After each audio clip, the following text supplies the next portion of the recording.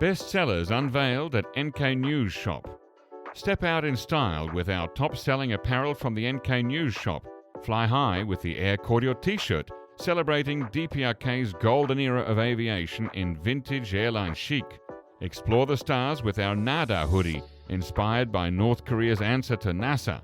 Or toast to tradition with our Taedonggang beer T-shirt, capturing the essence of North Korea's renowned brew.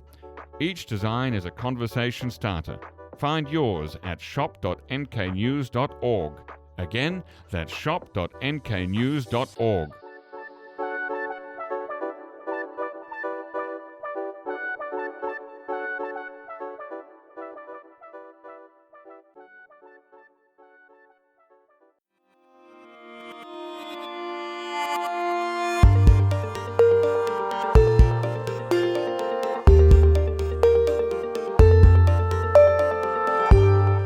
Hello listeners and welcome to the NK News podcast. I'm your host, Jacco Zwetsloot, and this episode was recorded in the NK News studio it's recorded on Tuesday, April the 1st, 2025, and I'm here in the studio with Shreyas Reddy. Shreyas, welcome back.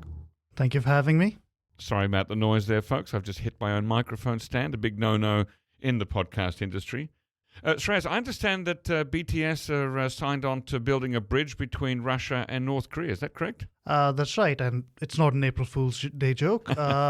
Essentially, though, it's not quite the BTS one would most expect when hearing that You name. mean not the Bangtan Sonyeon, the Bulletproof Boys? Oh, no, I'm afraid not. I'm sure they have perhaps more bridge building experience or expertise than the people involved, but they're certainly not involved on this occasion. Okay, which BTS is it then?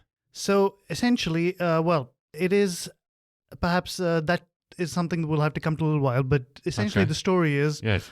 a little-known Russian construction company has been awarded the contract to essentially build a $100 million bridge between Russia's Far East and North Korea, and essentially, at first glance, people are going to ask, what does this small firm have to offer? And That's in the Rason district or area, isn't it? Up there in the so northeast. it's basically across the Tumen River. Yeah. So the idea is it will connect Far East and North Korea by 2026. Wow, $100 million. That seems like a lot of money for a bridge. Yeah. So, I mean, it is a pedigree project. That's the budget is essentially tasked with that extent, and it kind of highlights the level of cooperation, the kind of importance the two countries are placing on this relationship at the moment. But back to the construction company itself. So in this case, it is a small Sochi-based company. Pardon my Russian. Unfortunately, unlike my colleague Anton, I do not speak any.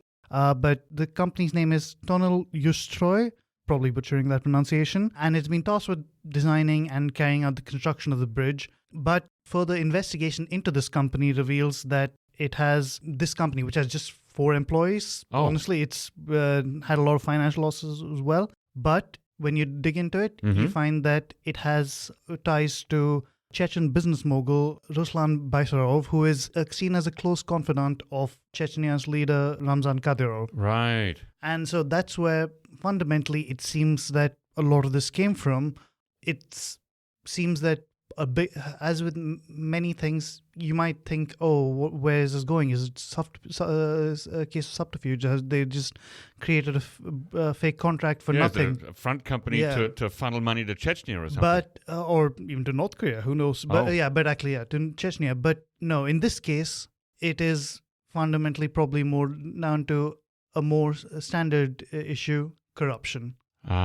So, or quite likely there would have been some kickbacks. Now, obviously, this is something that we don't know for sure, but that is what some people that NK News spoken to in that region suggest. It's more likely just going to be embezzlement and corruption meant to benefit the companies involved. Now, this is excellent investigative work by our colleague Anton Sokolin, who was on the podcast last week. Yes, so he's been digging through the documents behind it, analyzing the pictures of the bridge to see how things are going. Oh, has it started? Well, to be honest, so it has started, but it's not due for completion until next year. Okay. So still a long way to go. Yeah. Now, the company involved, though, this is where the BTS connection comes in. I was wondering, yeah. Yes. So the name of the Chechen company is BTS Most. BTS Most. Yeah. Okay. So very different BTS. And so that's not the signatory to the contract, but it's behind the company that's the signatory to the contract. Pretty much. Right. And so it seems that in the past, BTS Most has lent large sums of money to this company, the construction company. This loss-making construction company of just exactly. 4 people. Right. And the company itself pledged its assets and as collateral to help cover its debts. So fundamentally, it is an actual business relationship. But when it comes down to it, it seems that the end recipient, the end party of this contract is BTS Most, the Chechen company. Interesting. Now, I mean, you said that this bridge is not slated for completion until next year, but whenever somebody mentions a project of a bridge linking North Korea to another country, I can't help but think of that still incomplete or unused Chinese bridge to nowhere, right? Yeah. And that thing was built years ago, and it's still not in use, right? Yeah, it's as far as we're aware. So is this bridge going to be used? Well, and I think there's nobody crossing right now from Russia or China into North Korea, as far as I understand. Certainly not at the moment, but at least what is likely is that this bridge will be constructed. So again, we've spoken to people who track how these construction companies operate, and from what we can make out, BTS Most kind of using this company as a front to cover its own activities. It's quite standard in Russia, but it does not mean that the work doesn't get done. It'll, if anything, involvement of someone as influential as Baisarov and BTS Most will likely push things through and make sure things happen.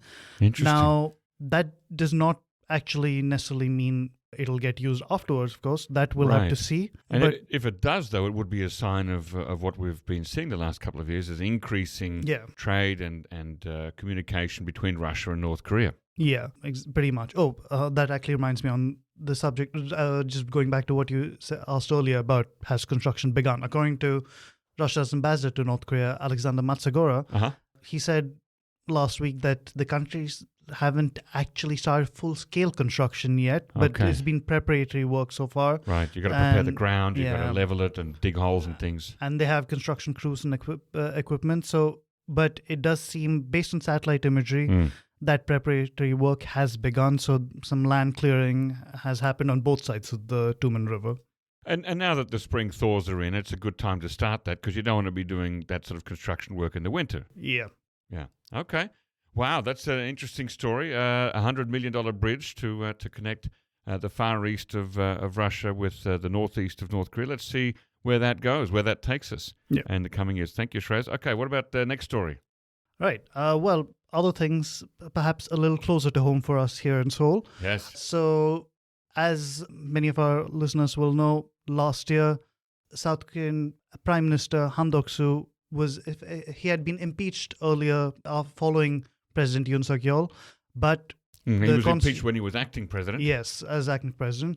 So that impeachment was overturned by the Constitutional Court. Yeah. So effectively, he returned and took up the post of acting president again from Finance Minister Choi Sang-mok. Yep. And pretty much soon after that, he got back to emphasizing things that had already been expected. I think pretty much in his first meeting back with the National Security Council, he warned of North Korea's escalating threats, including not just missile threats, but cyber threats, all kinds of activities going on.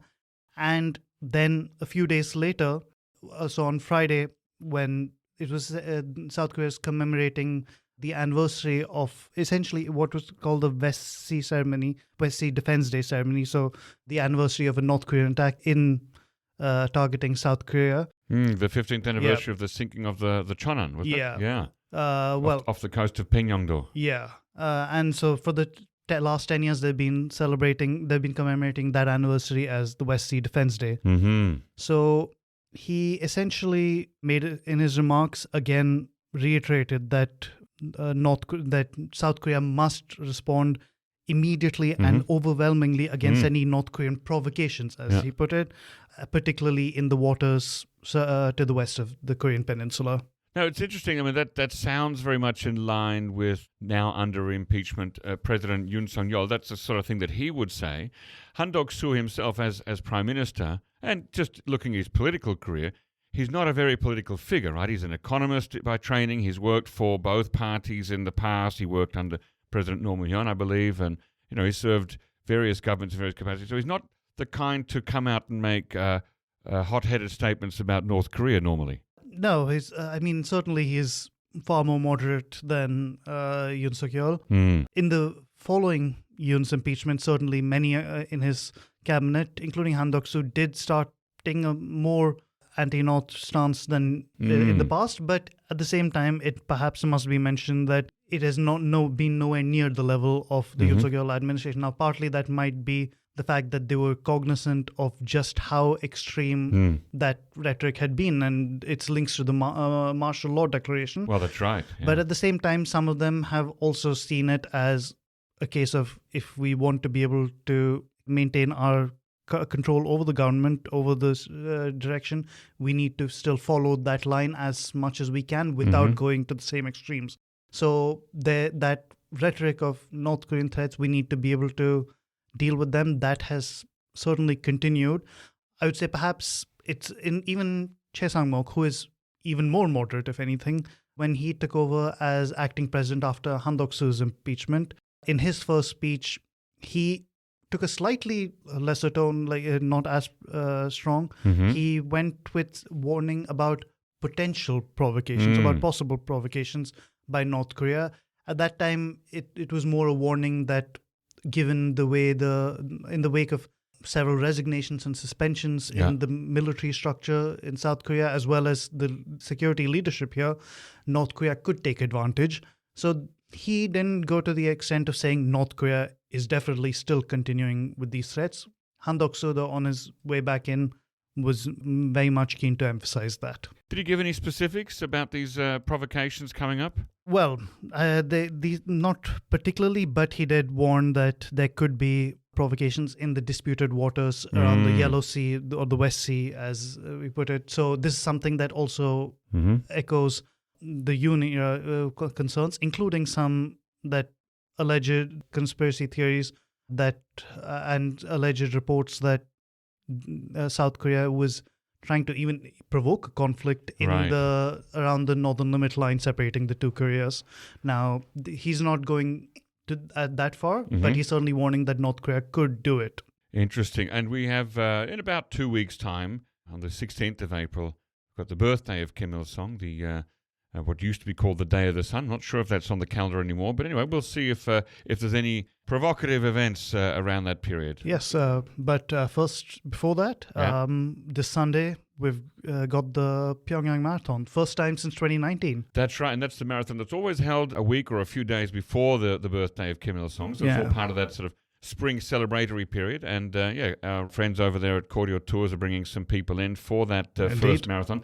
This time there'll be no tourists. Everyone who goes has to actually run the marathon. Absolutely. So this time, I think, given a lot of recent uncertainty over the resumption of tourism in North Korea and the abrupt cancellation of tours to Rason near the Chinese border, we've kind of seen that there was that uncertainty. Can they fully resume tours to Pyongyang right now? And certainly the authorities that were involved, that were working with Koryo Tours, said they were more on the sports side. So they said, from what we understand, the message that came from them was, this has to be about the sports tour. It's not a general tourism package to Pyongyang. Yeah, it's about 200, from what I understand, about 200 runners, amateur runners from around the world. Various different countries are going there to participate.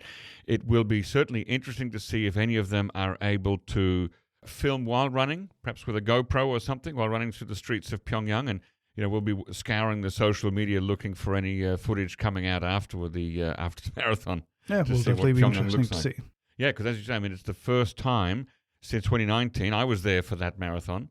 I did not, folks, I'm not a runner. I did not run a marathon, but I did walk 10 kilometers through the streets of Pyongyang in 90 minutes. And it was nice to see the city at ground level, and you get to have some interactions with people there. It's a lot more fun than being in a bus on a cool spring day. So that's Wow. Okay. Let's see how that goes. Thanks, Shreyas, for coming on the show, and we'll see you again very soon. Thank you, Jacco. Looking to stay informed about South Korea's fast-evolving political, business and cultural landscape? Join us on Korea Pro, the go-to resource for in-depth analysis expertly curated by top-tier professionals. And now you can pick the membership level that best suits your needs, thanks to our new subscription packages. Starting at just $199 annually, you can access daily analysis and our weekly podcast. Or try our premium membership package, which offers additional perks such as executive briefings, monthly reports and forecasts, networking receptions and event opportunities, as well as much, much more. To find the best fit for you, just head to signup.koreapro.org and become a member today. Ladies and gentlemen, that brings us to the end of our podcast episode for today. Our thanks go to Brian Betts and Alana Hill for facilitating this episode, and to our post-recording producer genius Gabby Magnuson, who cuts out all the extraneous noises, awkward silences, bodily functions, and fixes the audio levels. Thank you, and listen again next time.